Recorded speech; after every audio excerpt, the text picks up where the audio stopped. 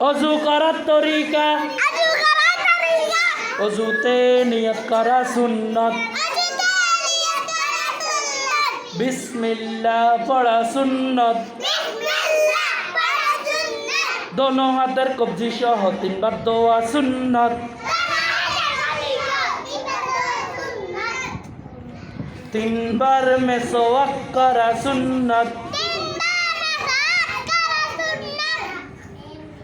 তিনবার কুলি করা সুন্নত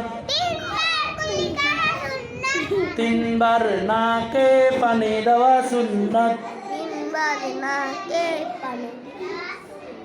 সমস্ত মুখ তিনবার দোয়া সুন্নত